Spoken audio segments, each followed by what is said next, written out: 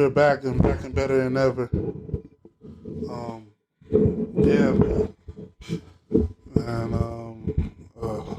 man, there are things in life, you know, that happens. You just got to take it day by day and continue to, you know, stay in prayer, man. Stay in prayer, man. Let's get back into it. Like I said, everything lies on Skylar Thompson's shoulders. How ironic. Listen, man. In life, there's certain things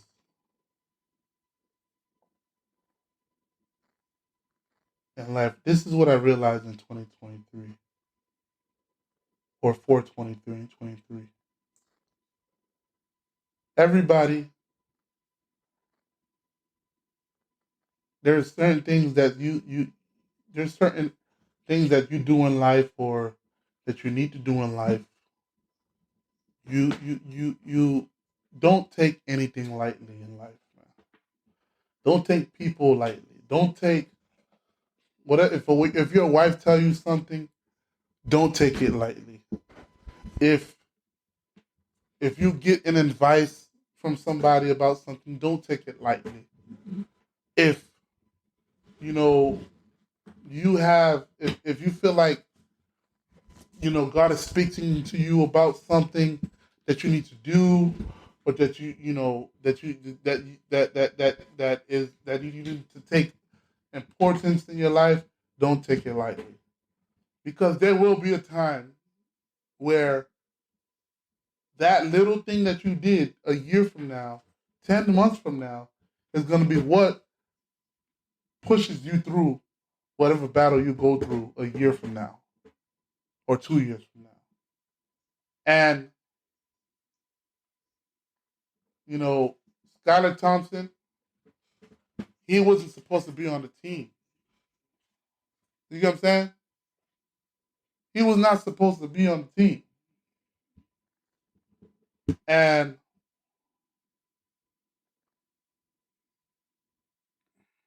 and he showed out in the preseason, and we was like, you know what, we need to keep him. Even though we're set at quarterback. What are the odds? How often is a third string quarterback ever even reached the field? Let's be honest.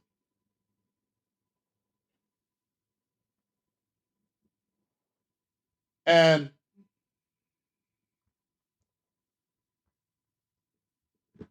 and how often is a third string quarterback now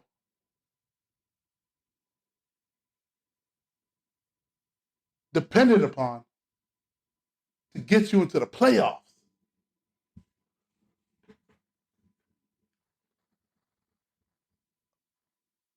And that's where we at right now. We need to hope that this seventh round draft pick rookie gets us this win.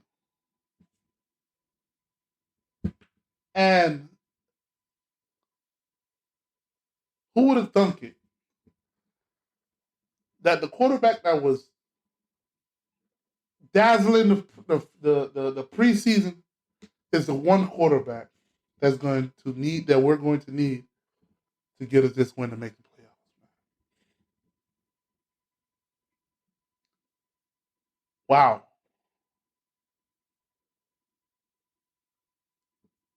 Mike McDaniels didn't think that a year from now, 10 months from now, 8 months from now, that Skylar Thompson was going to be the guy that he had to depend upon to make the playoffs, to save his job. to save embarrassment from the whole organization. Skylar Thompson. I mean, we got the number 5 overall pick, Tua Tagovailoa. He's out. We got the first round pick, savvy veteran, solid veteran in quarterback in NFL, a top 5 backup quarterback in NFL, Teddy Bridgewater. He's out. Who we got left? 7th round draft pick rookie from Kansas State, Skylar Thompson. That's all we got left. Wow. Wow.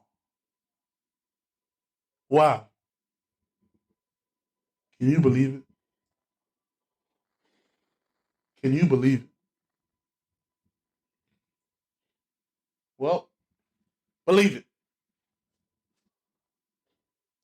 Skylar Thompson is the head man.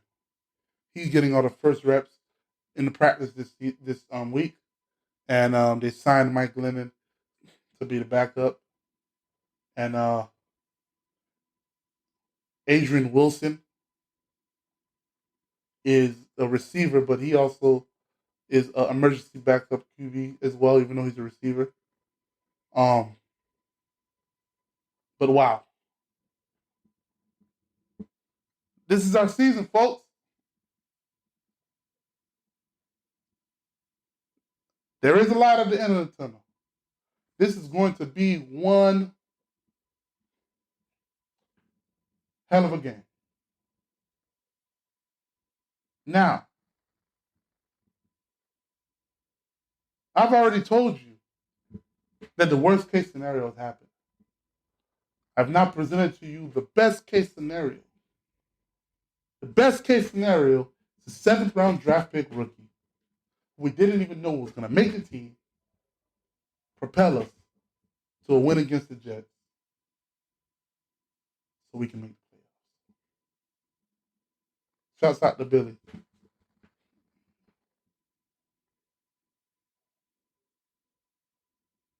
And this is our season right here. This is our season right here. Can you believe? Can you believe the storylines throughout the season? Tyreek Hill. Then you had um the Tua situation. He should retire. 2 concussions in 7 days. He came back for a month and a half, balled out again. We forgot about the concussion. Now Tua's back to the future. He's back to the franchise guy again for another 5-6 years. We got to it. Even got to the point where we got to the game that we was waiting for, that was so highly anticipated. Tua versus Justin Herbert. He played so well that game became a marquee game. Tua versus Justin Herbert. Who was the better quarterback?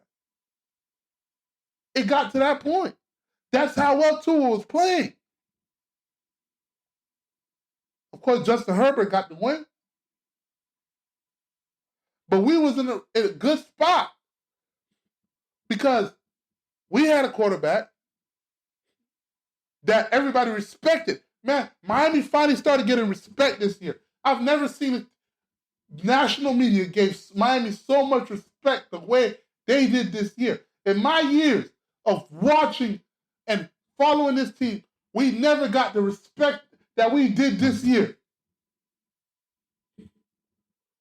In my year of watching the Dolphins, everybody that was skeptical of Tua finally turned the corner and changed their mind about Tua.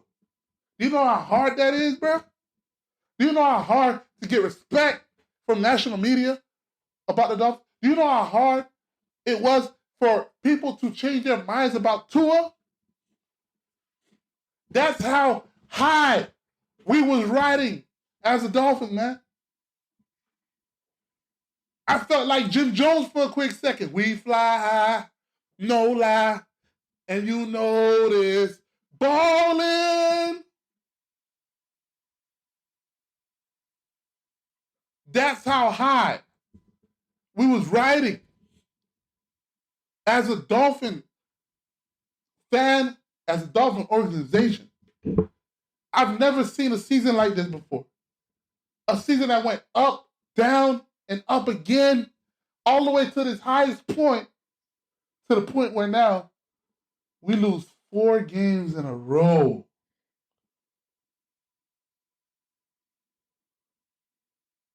We are up 20-10 against Green Bay. We're on our way to a win. We're on our way to the playoffs. All of a sudden, Tua comes out second half. Pick. What the freak? All right, whatever. He get another chance. Another pick. I'm not talking about quick picks. I'm like, what the heck? I'm like, all right, Tua, you got one more shot. Last shot. 2 innings and 30 seconds left in the game. This is it right here, bro. Interception. I'm like, whoa, what is this? This man just threw 3 picks in 5 minutes. Excuse me. And I'm like, you know what? It is what it is. Because my mindset was like, after those 4 losses, right? It's bad, but it ain't all the way bad. It's bad, but Tua could beat the Patriots. Tua is undefeated against Bill Belichick, man. Tua's like 5-0 against Bill Belichick. My mindset is like, we got this in the bag. He's gonna beat He's gonna beat New England, gonna get them eliminated, and then we straight. We can just beat the Jets, or we don't even gotta beat the Jets. We make the playoffs after that win. Next thing you know, a couple days go, I'm driving home from work.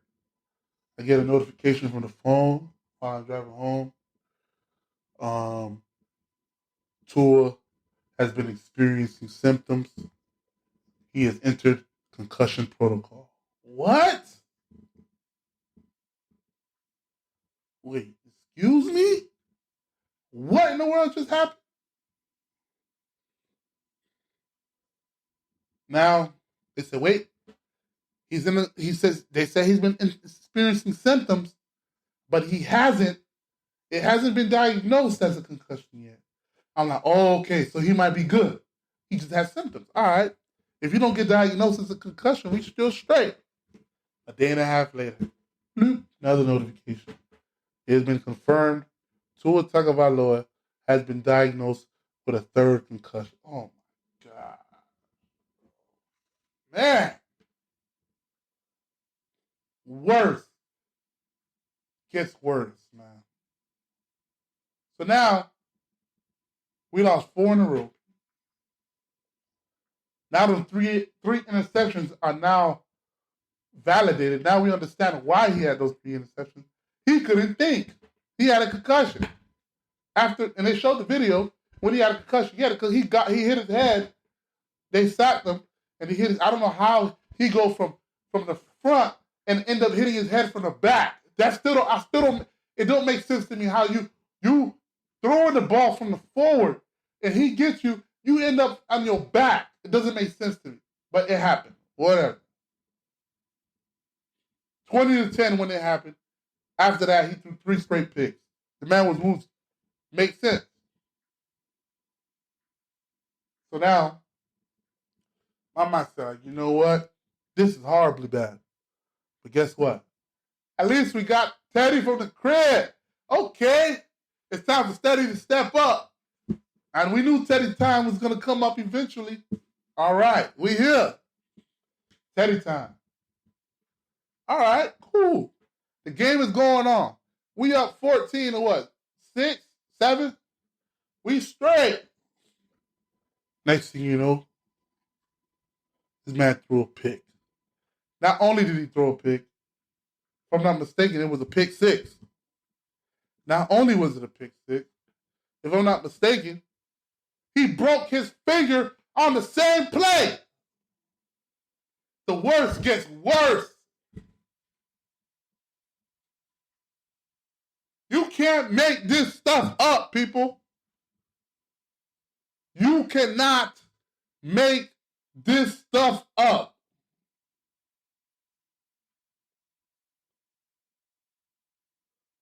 Like, this is something out of a cartoon. Then, now we're stuck with Skylar Thompson. Skylar Thompson get hurt. We got Cedric Wilson as the backup QB, the receiver. Bruh, you can't make this stuff up. Now, the whole time, I'm looking at Teddy on the sideline. He's trying to throw the ball. I'm like, bruh, how you hurt your fingers? Let's make this sense. Let's make sense of this, bruh. How do you hurt your fingers wearing gloves? You're one of the only quarterbacks in the league who wears both gloves. Excuse me. And you hurt your fingers? Your fingers are protected.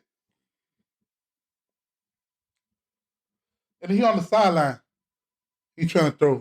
I'm like, man, get your behind back in the game, bro. Get your behind back in the game. We need you right now, bro. I don't care what's wrong with your fingers. Get back on the game. See, this is the problem. This is where fandom and people watch the game. This is where we forget that these players are human beings, right? That comment right there, get your behind back in the game. You broke it. See, you gotta pardon us because sometimes when you're in the game and you're watching it, you're going through all the emotions. You forget that people are individuals and these players are human beings. So at first I was tripping. I thought something was going on with his finger. Then it come out he broke his finger. All right, cool. Broke his finger, dislocated his finger, whichever. All right, cool. I guess it was legitimate. But at that current moment, I wanted Teddy to get back in the game. I'm like, this is do or die right here, man. We need to beat this team. But he never came back in the game. And Skylar Thompson was out there fighting for his life. But I like to look at the positive within certain situations. The positive is he was generating offense. He scored a touchdown. He got to us to a point where we did an onside kick to give us a chance. That is a promising sight. So hopefully we can build upon that onto the next game against the Jets to see if Skylar Thompson could get us to the playoffs. Ladies and gentlemen, I said in the beginning of the season, I did not have any expectations. I didn't want to say anything because I knew once I get involved emotionally, I could potentially be in a situation where I get let down. And here it is again. After week 13, I came back in this radio station and I said, I'm in. Maybe it was my fault. Maybe I'm the reason why it's this downfall. Because after I said I'm in, after 8-3, because my mindset is like, ain't no way. You at 8-3, it's only up from here. Ain't no way you miss the playoffs. Ain't no way Tua ain't gonna be an MVP candidate after this. Ain't no way. After I came here in the radio station, I said, I'm in. I said, man, we got a good coach. We got a good quarterback. We got a good defense. Next thing you know, here we go right here. Next thing you know, 17 to the 49ers. We lose to the 49ers 33-17. Not only did we lose to the 49ers 33-17, Jimmy Garoppolo got knocked out, broke his foot. A third string the third string quarterback, right? He came in against the 49ers, right? I mean, he came in for the 49ers after we knocked out Jimmy Garoppolo, and I'm like, oh, we got this win in the bag. And every time, I'm talking about we blitzed this quarterback, play after play, he just kept throwing darts. I'm like, what the? Why are we losing to this backup third string quarterback? Why we can't win? And next he ended up scoring 33 points on us. I'm like, what in the world just happened? We lost to a third string quarterback named Brock Purdy, Mr. Irrelevant, the last pick in the NFL draft. Next thing you know, we go to excuse me, we go to the Chargers. Tua versus Tua versus what's his name? I'm blanking right now. Tua versus Justin Herbert. Listen, we blitz Justin Herbert every play. Every play, we almost get him. He last minute dodges a sack, play after play after play after play. I've never seen something like that. He dodged the sack. He dodged a sack every play. He should have got sacked at least 7 times that game. He didn't get sacked maybe one time. That was it. And made play after play. And we lost that game, 23-17. Then we go to the Bills, the snow game. We were up 29-21 in the fourth quarter. We was up 29-21 in the fourth quarter. Somehow, we lost 32-29 in the regulation. The best game. I came here and I was encouraged. I'm like, we gonna win the rest of the game. We almost beat the Bills. That's the best team in the league. Then we go to the Packers. And then that's when Tua,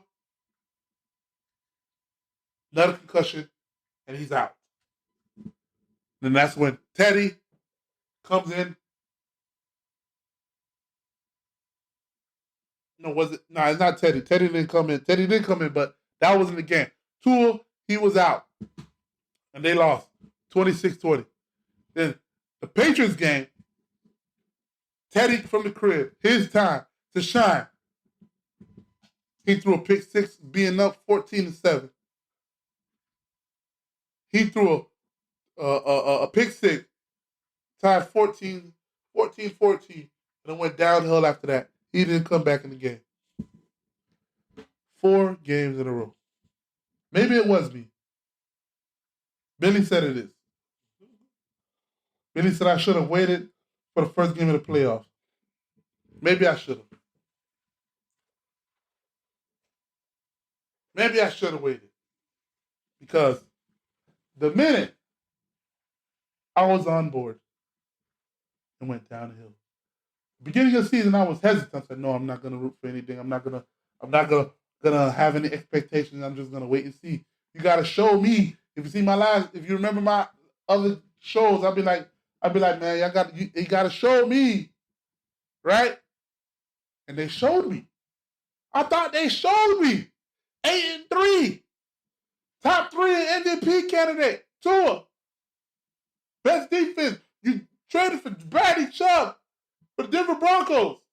We going for it all. Tyreek Hill, Jalen Waddle. We going for it all. I'm like, okay. I'm in. You convinced me.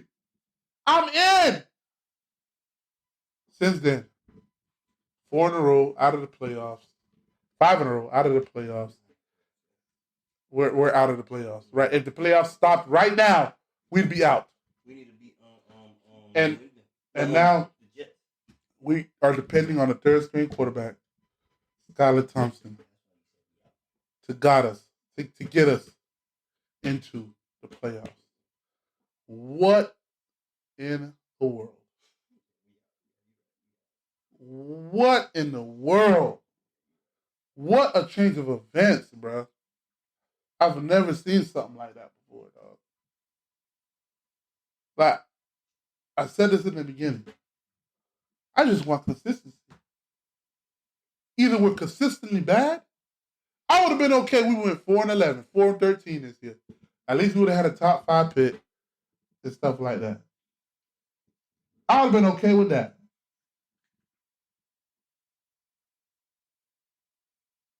But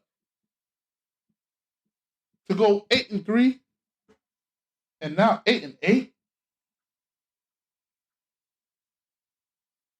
and now potentially to go 8-9 and out of the playoffs.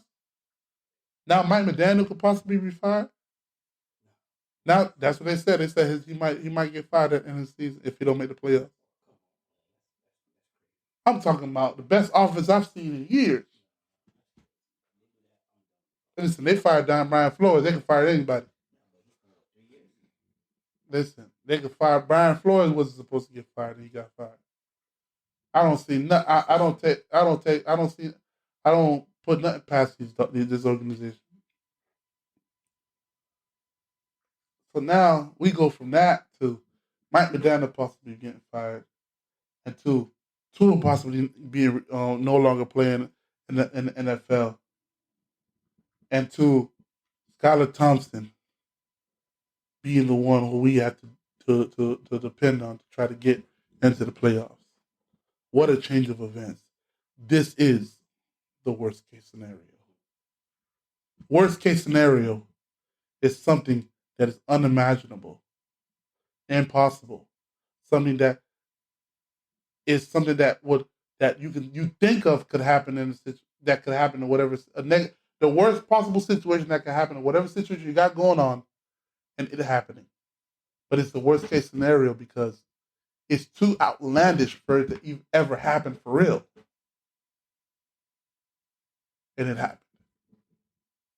And we still have a glimmer of light in making the playoffs, but we have to depend on Skylar Thompson. We will see. We will see. Wow, crazy. And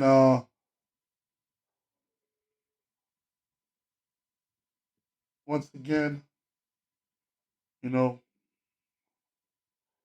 we have there's a rumor going around, and I don't know if it's because of the game. Because here's the thing: the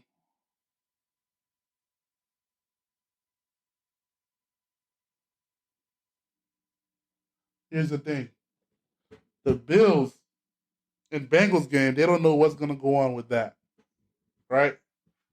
They don't know if they're going to replay it or or what, because they didn't continue playing that game. And there are rumors that they told them to warm up in 5 minutes.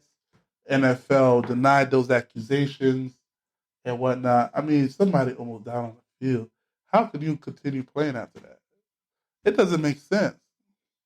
You had the only choice you had was to postpone that game and not play that day. And it would have been grotesquely a bad look for the NFL if they had made forced those players to continue to play after they seen a brother almost lose his life on the field. Come on, man. So now they're saying that the NFL is considering going into week 18. The 17 weeks. You know what I'm saying? Now they're thinking about going into week 18 not resuming the Bills versus Bengals game.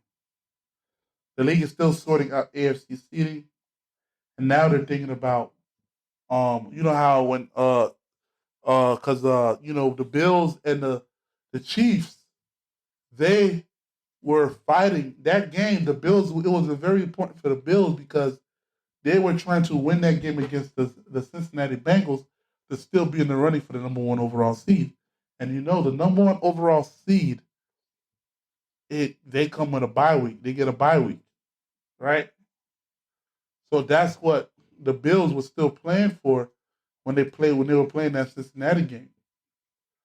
So now that game might not resume anymore. They might not replay it. They might just wipe it off. Now they're saying that the AFC Championship game could be at a neutral site, so that nobody has. So it won't be like whoever makes the AFC Championship game. It won't be like a home. Oh, your home, this home, and stuff like that. It'll be a neutral site for the AFC Championship game, and they also are thinking about expansion of the playoffs to 8 teams in both of the AFC and NFC. So, because their now mindset is like, okay, the Bills beating the Cincinnati beating the Bills, Bills beating Cincinnati, that could have helped mathematically some team, a team on the bottom to make the playoffs or whatnot. So now what they're gonna do is they might just say, forget it. All right. Dolphins was like, look at the Dolphins. Might be a good thing for the Dolphins too. The Dolphins was number 7. They lost. Now they're 8-8. Now you have the Patriots 8-8, the Dolphins 8-8, and you also have the Pittsburgh Steelers at 8-8. The Patriots hold the tiebreaker against the Dolphins because the Patriots have a better division record at 3-2. That's why they moved up to the 7th slot into the playoffs, and Dolphins moved out of the 7th spot to the 8th spot out of the playoffs, the first spot out. Now, they hold the tiebreaker over the Pittsburgh Steelers. The Dolphins hold the tiebreaker over the Pittsburgh Steelers because the Dolphins beat the Pittsburgh Steelers earlier this year, right? And so now, if now if they expanded to 8 teams and the Dolphins stay in the 8th spot, even if the Pittsburgh go 9-8 and the Dolphins go 9-8, we still would stay in the 8th spot because we hold the tiebreaker against the Pittsburgh Steelers because we beat the Pittsburgh Steelers this year during the season, right? Let's say Patriots go 9-8, Dolphins go 9-8, Pittsburgh go 9-8. Let's say the last 3 teams, all those 3 teams go 9-8. Patriots has the tiebreaker over us, over the Dolphins. They will stay number 7. We have the tiebreaker over Pittsburgh Steelers. We will stay number 8. The Pittsburgh Steelers would be eliminated at the 9th spot. So somehow we would still make the playoffs. After all that, we would still make the playoffs. They said that this is still under consideration. That would be something that's crazy to happen right now in the situation. But then again, you had a situation where somebody almost died on the field. That's something that they would have never, expected too. You know what I'm saying? Um, so now, here's another thing that I wanted to talk about. Right? Tua has a third concussion. Now,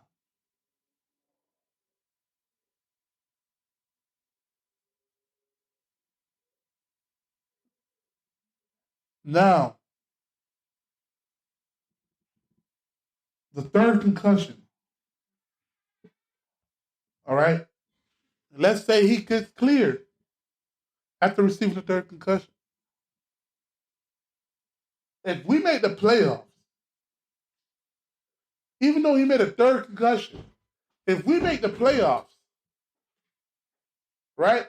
After all this, after losing 4 in a row, 5 in a row, after all this, if Tua gets cleared after having a third concussion, let's say Tua say, you know what, I might not play no more, man. I might retire after this season. I want to play. We made the playoff. Let's see what we can do. I know what I could do with this offense right here, right now, with Tua. I mean, with with Tyreek Hill, with Jalen Waddle, right? With the defense. Let's just go for it right now, right here, right now. This is gonna be my last time playing. Let's see what we can do in the playoffs, man. Let me play. This let's say Tua is done after this year. His career is over. He won't play anymore. He's going to the organization and say, listen, man, I'm cleared. I'll sign a waiver. I won't sue. I just want to play. If I get another concussion in the playoffs, that is my choice. That is my decision. That'll be on me. After this season, I'm retired. But let me play in the playoffs. I'm good. I'm clear-headed. I'm ready. Let me play in the playoffs. I understand the dangers.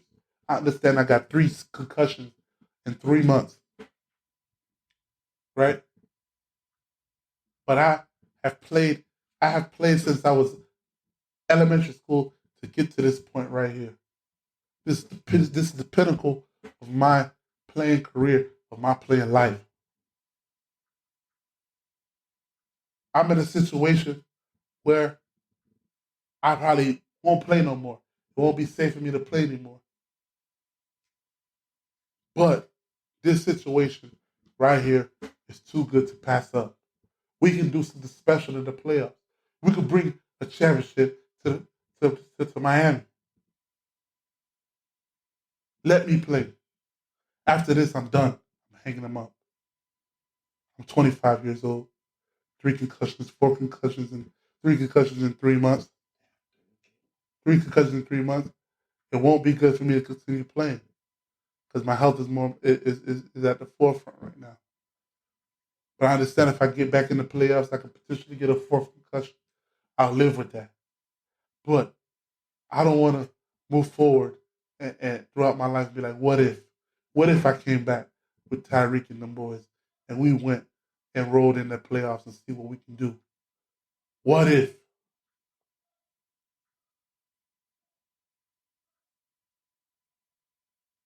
Right? What if? Let me play. Stephen Ross, let me play. Mike McDaniel, let me play. Training staff, training the doctors, let clear me. I'm good. Let me play. Let me sign away. I'm not gonna sue. I just want to play. What we can do something in the playoffs. You've seen me all year with Tyreek Hill and the Waddle. Let's do this. This might be our only shot to make the Super Bowl. Let me play. Now, if we make the playoffs and he comes to you with that,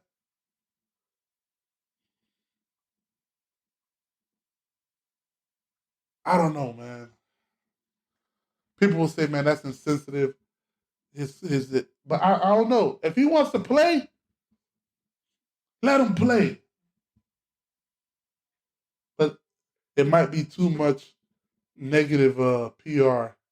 It might be too much negativity towards the Dolphins organization if they let him play again, because they're gonna look like, oh, you guys didn't, um, because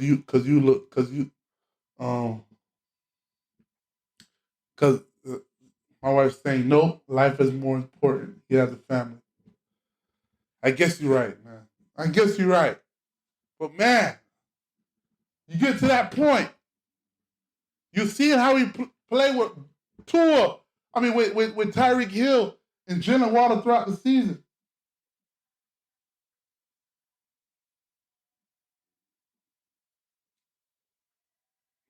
My wife's thinking he needs to do what's good for him. But what if he wants to play? If he wants to play. But then again, this comes to a situation where an organization has to protect him from himself. I guess is that is what in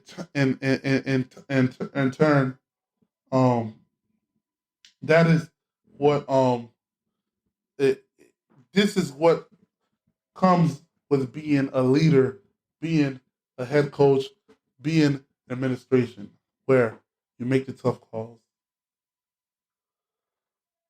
And and even though it seems it's enticing to have him play because with him playing you could win. With him playing, you could possibly make the Super Bowl. But what if during those games he get a fourth concussion in 4 months? Oh my God! The vitriol, the bad press the Dolphins will get. You didn't protect this player. You let this player go out there to die. You let this player go out there to affect his well being and for his future and stuff like that. It comes to a point in time as leaders and then as administrators, as owners, as supervisors. Like my wife says, it's not worth it. It gets to a point you got to make those difficult decisions, and those are one of those decisions you might have to make and tell Tua, no, sorry, health is wealth. Health is more important. Thank you for tuning in. This is the Do Sports Show, and We'll be back next week. Happy New Year, and I'm ready for a wonderful year. And thank you for tuning in. God bless.